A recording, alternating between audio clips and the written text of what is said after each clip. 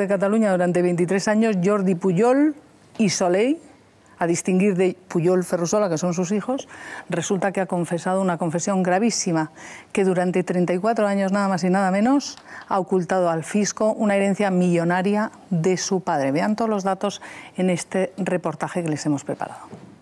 Jordi Pujol confiesa sus cuentas ocultas en paraísos fiscales y por las que no ha declarado en 34 años.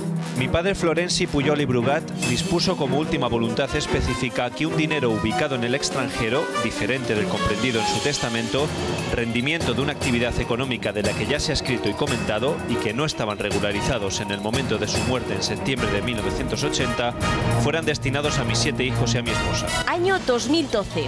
El diario El Mundo publica los trapos sucios fiscales del histórico nacionalista catalán y su familia. Sale a la luz la fortuna oculta que los Pujol cosechaban. Varios paraísos fiscales alrededor del mundo, desde Andorra hasta Ginebra, pasando por Gabón y las Islas Caimán. ¿Tiene usted cuentas en Suiza, señor Pujol? No.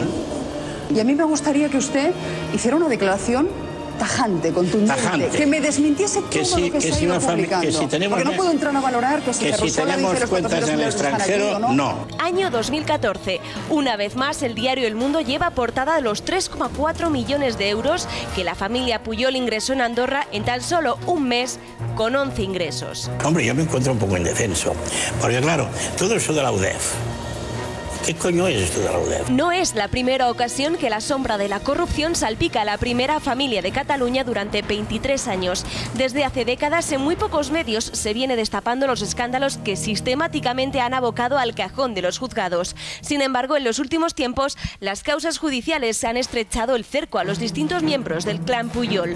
Oriol Pujol Ferrusola ha tenido que dejar su escaño en el Parlamento y hace unos días su cargo en el partido por estar imputado por un delito de cohecho y tráfico de influencias en el caso ITV.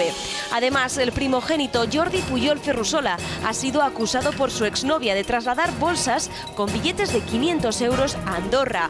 Una investigación en la que el juez Pablo Ruz le ha puesto contra las cuerdas y ha descubierto que movió 33 millones en 13 países entre 2004 y 2014. Según estas informaciones, Jordi Pujol habría defraudado mientras gobernaba en una de las comunidades que paga más impuestos de toda España.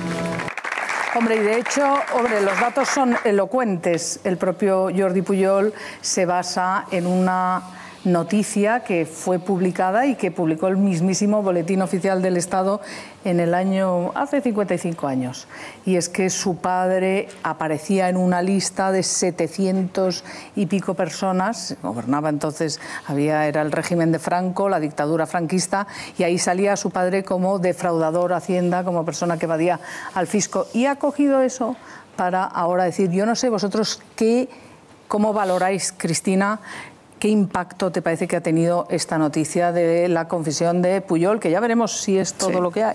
A mí me parece de un impacto impresionante, porque ha sido una vergüenza. O sea, esta persona ha reconocido que había esa situación de no pagar al fisco, nada menos que las cifras que ha hablado, pero es que lo malo es que debe haber mucho más.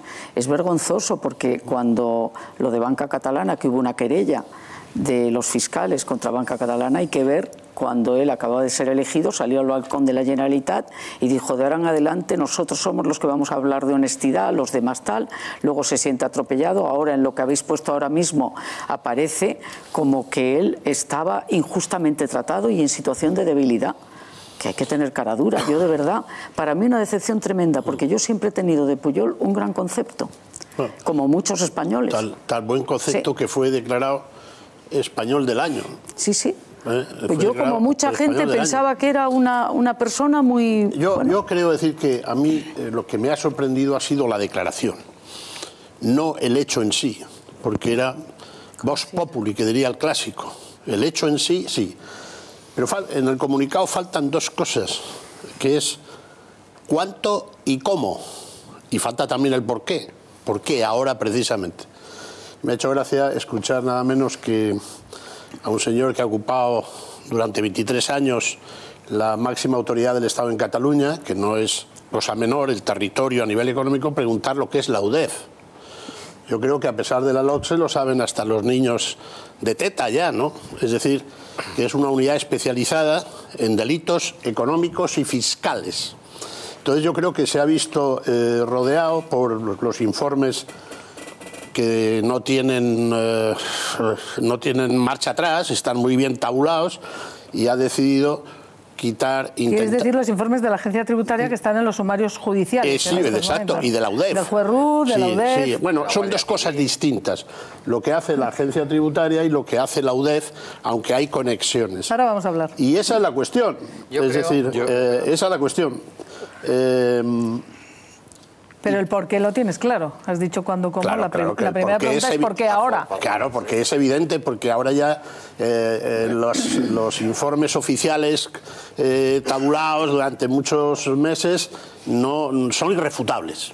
Son irrefutables. Lo que está claro es que él está bien asesorado, Graciano, porque nuestro Código Penal habla de una atenuante muy cualificada, que es la confesión, que tiene que efectuarse antes del ejercicio de una acción penal concreta, en este caso el fisco, y vaya a presentar la denuncia a través del abogado del Estado, que es el que ejercita la acción penal, como sabemos, en los delitos fiscales, y asesorado ha tenido que efectuar este documento, que ya veremos si tiene los efectos jurídicos pretendidos, porque obviamente cuando dice no he tenido ocasión en 35 años de poderlo hacer, pues obviamente no es un arrepentimiento como exige el Código Penal. El arrepentimiento tiene que ser espontáneo, voluntario. No has podido hacerlo antes porque tenías desconocimiento de que el hecho iba a ser delictivo y no concurren los requisitos, Cristina, como sabes, compañera, para que se aplique ese atenuante muy cualificado. Luego, el momento lo tenemos aquí todos claro. Luego ya hablaremos de los improperios de qué coño es la UDEF, con perdón por el horario, de que es un ataque a Cataluña, de que la Audiencia Nacional... Eso ya no lo dice. Bueno, pero lo dijo y habló del no borrador. Acordaros del borrador aquel, porque aquí en tu programa, Isabel, lo sacamos hasta la saciedad, defendiendo que era un documento litero suficiente a efectos de poder acreditar presuntamente un delito, y hablaba de que qué era eso, de que eso era un borrador, que eso no era un documento litero suficiente, bla, bla, bla, bla, bla. En fin, y esto es la punta del iceberg. Pero os pido una primera valoración muy breve porque tenemos a los invitados. A ver, Carmen. A mí me parece Carmen, José Manuel y María porque Antonia. además estamos hablando de que ha hablado de 4 millones, o sea, pero si es que podemos estar hablando de decenas de millones, porque aquí no solamente lo que Pujol, su mujer... No, aquí es que estamos hablando del clan. O sea, todo era un clan con todo lo de las ITV, con todo lo que nos hemos ido enterando desde hace ya meses y meses, que esa también es otra, ¿eh? O sea, ¿desde cuándo estamos sabiendo cosas? Pero los 4 millones, Pujol. Fíjate, lo vamos a ver ahora mismo, eso no lo dice el propio Pujol en su comunicado, eso lo dice La Vanguardia al día siguiente, después. que es la que aporta los datos que según el periódico La Vanguardia, y lo vamos a ver ahora mismo... Ha pagado ya 4 millones. Ha pagado 4 millones, habrían regularizado solo 4 de sus hijos, y su mujer, Marta Ferrusola. Faltarían, les recuerdo que tiene 7 hijos, Jordi Pujol, y con el resto no entra. Y que podemos estar hablando de 100 y pico millones conocidos. Ya no sabes a qué quedarte, o sea, mejor esperar a ver lo que puede haber, porque claro, si estamos hablando de varios paraísos fiscales, yo creo que la investigación está por iniciarse casi, si me apuráis, a pesar de los años... No ha trascendido, pero está muy avanzado. Bueno, pero no lo hemos conocido. No ha trascendido todavía. Cuando conozcamos más datos... Y había que hablar de los fiscales catalanes porque no han actuado antes. Había que hablar también de Villarejo y compañía. Pero vamos a hablar, si vamos a hablar, hay tiempo para todos. Si os pido una primerísima valoración. A ver, José Manuel Yáñez. Primero, la manera en que se hace la puesta en escena mediante un comunicado y no dando la cara a mí me parece repugnante. Además, con un comunicado que presuntamente está lleno de falsedades. Segundo, el que era consejero de Hacienda, uno de los consejeros de Hacienda era Artur Mas, ahora presidente de la Generalitat. Yo espero que le falten minutos para retirarle la condición de nada honorable presidente de la Generalitat, la subvención, etcétera, etcétera. No sé jurídicamente cómo se puede ventilar eso, y aquí hay expertos que nos podrán ilustrar al respecto, pero este tipo de cosas son las que ponen los pelos de punta a la ciudadanía y hacen y alentan que fuerzas como Podemos, que son muy demagógicas, al final suban en intención de voto, porque si al final lo que podemos colegir es que en Cataluña todo el entramado nacionalista ha estado basado en una especie de familia al estilo mafioso italiano, se nos desmonta toda la reivindicación nacionalista, se nos cae todo, se nos caen los palos del sombrajo. Es decir, la máxima autoridad del Estado en Cataluña es un presunto corrupto que ha montado una red de corrupción para favorecer los negocios de sus hijos, que todo eso se ha evadido a paraísos fiscales y que se ventila con dos hojas que se filtran, que se pasan a los medios de comunicación. ¿Y después qué? Esto al final lo que hace, si no hay acciones judiciales contundentes, si se pueden llevar a cabo, si no hay una acción política contundente, si se puede llevar a cabo, hace que monstruos que no nos gustan a casi ninguno sigan subiendo como la espuma. María Antonia. Yo creo que Jordi Pujol es un indigno, en el sentido de que no ha merecido ser presidente de los catalanes, ni expresidente de la Generalitat, ni además ha merecido ser dirigente de un partido democrático como Convergencia y Unió, y que además es una vergüenza para España y especialmente para Cataluña, porque todas sus actividades se conocían.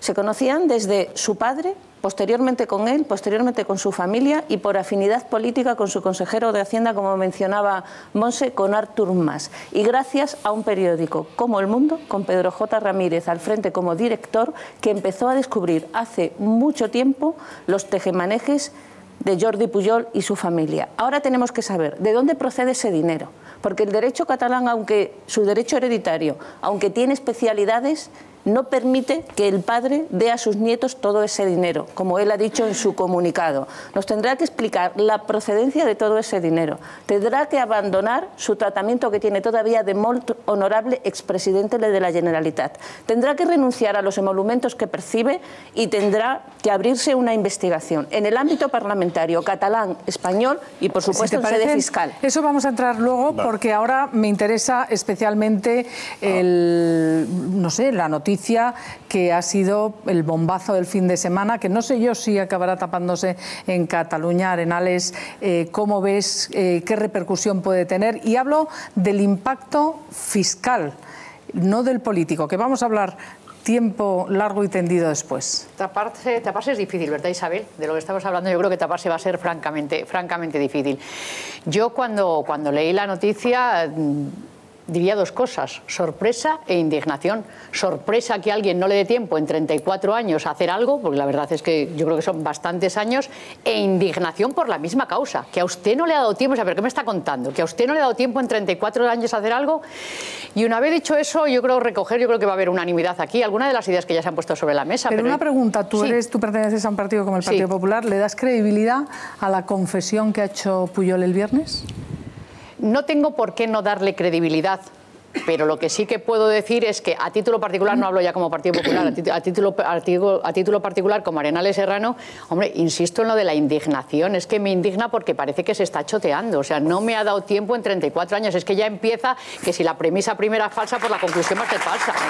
Pues a mí ya me empieza diciendo no me ha dado tiempo, pues ya de entrada me ofrece poca credibilidad. Me ofrece bastante poca credibilidad. Pero una vez dicho eso, hemos estado muchos años aguantando, muchísimos, todos los españoles, que cada vez que se intentaba poner el dedo en la llaga o denunciar alguna cosa, siempre se rodeaban o se metían dentro de la bandera catalana y era un ataque claro al catalanismo.